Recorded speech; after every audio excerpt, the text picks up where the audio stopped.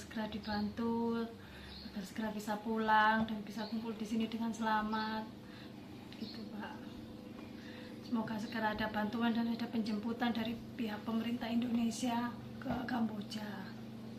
Kronologinya itu awalnya kenalannya di Facebook, cari lowongan pekerjaan di Facebook, terus ada yang menawarkan kerja di luar negeri di Kamboja dengan iming-iming dimudahkan di sana. Awalnya ditawarkan jadi pekerja di restoran, waiters atau office boy hotel gitu, Pak.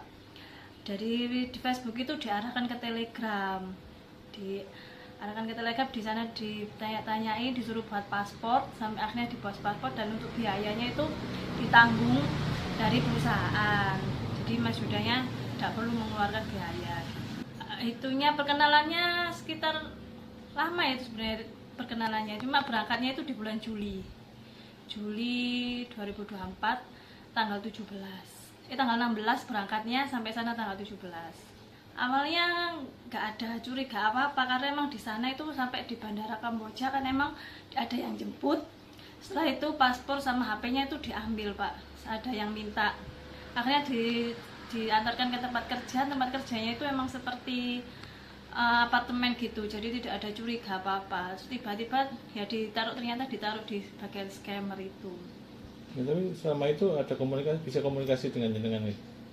Untuk pas waktu di tempat kerjanya komunikasinya itu tiap jam 11 malam sampai jam 7 pagi itu bisa komunikasi.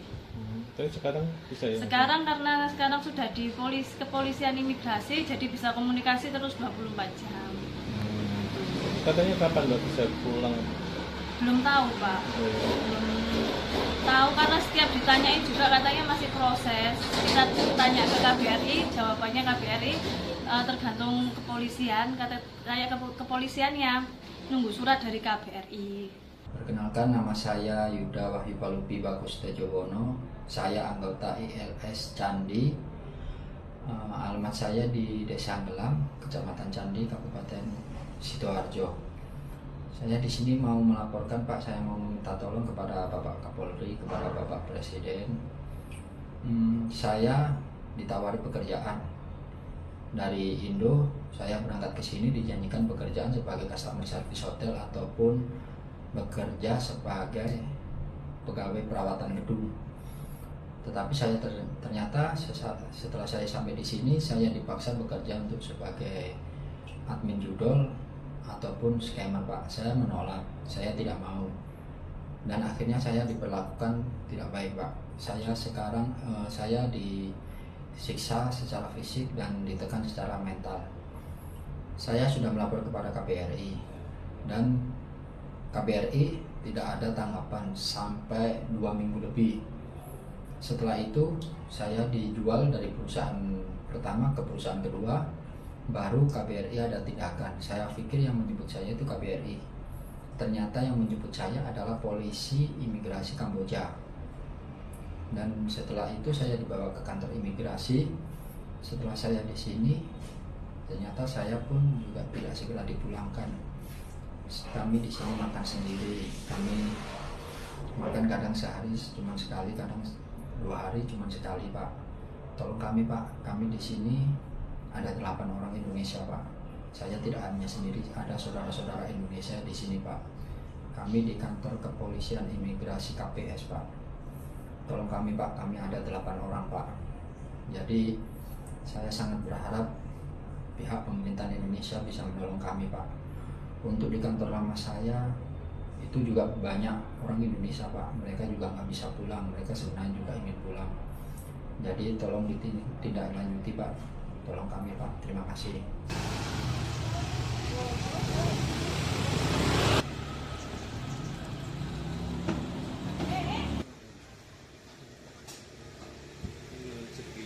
Sempat diiming-imingi gaji berapa itu, Pak, per bulan?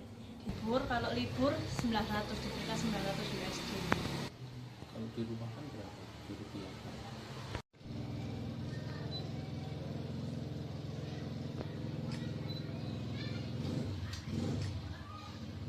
Tahun kawinannya 2012.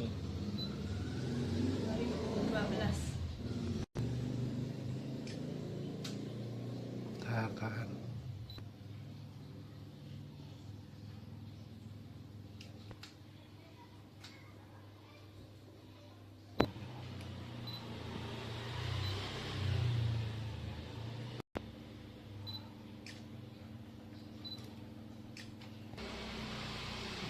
Eni Novita Wulandari.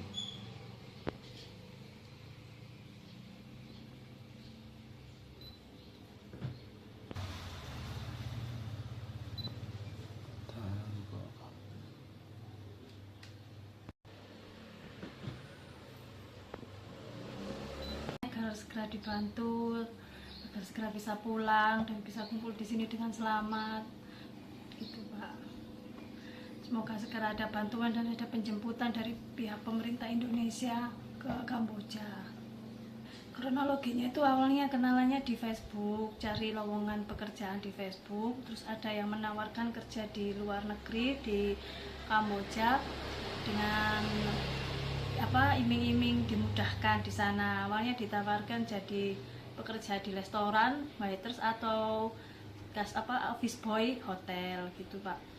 Dari di Facebook itu diarahkan ke Telegram, di sana ditanya-tanyain, disuruh buat paspor, sampai akhirnya dibuat paspor dan untuk biayanya itu ditanggung dari perusahaan.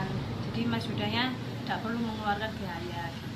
Itunya perkenalannya sekitar lama ya itu sebenarnya perkenalannya, cuma berangkatnya itu di bulan Juli 2024 tanggal 16 berangkatnya, sampai sana tanggal 17. Awalnya nggak ada curiga apa-apa karena emang di sana itu sampai di bandara Kamboja kan emang ada yang jemput. Setelah itu paspor sama HP-nya itu diambil Pak, ada yang minta. Akhirnya diantarkan ke tempat kerjanya itu emang seperti apartemen gitu, jadi tidak ada curiga apa-apa. Tiba-tiba ya ternyata ditaruh di bagian scammer itu. Ya, tapi selama itu ada bisa komunikasi dengan jenengan nih? Untuk pas waktu di tempat kerjanya komunikasinya itu tiap jam 11 malam sampai jam 7 pagi itu bisa komunikasi. Tapi sekarang bisa ya? Karena sekarang sudah di kepolisian imigrasi, jadi bisa komunikasi terus 24 jam. Katanya kapan Mbak bisa pulang? Belum tahu Pak.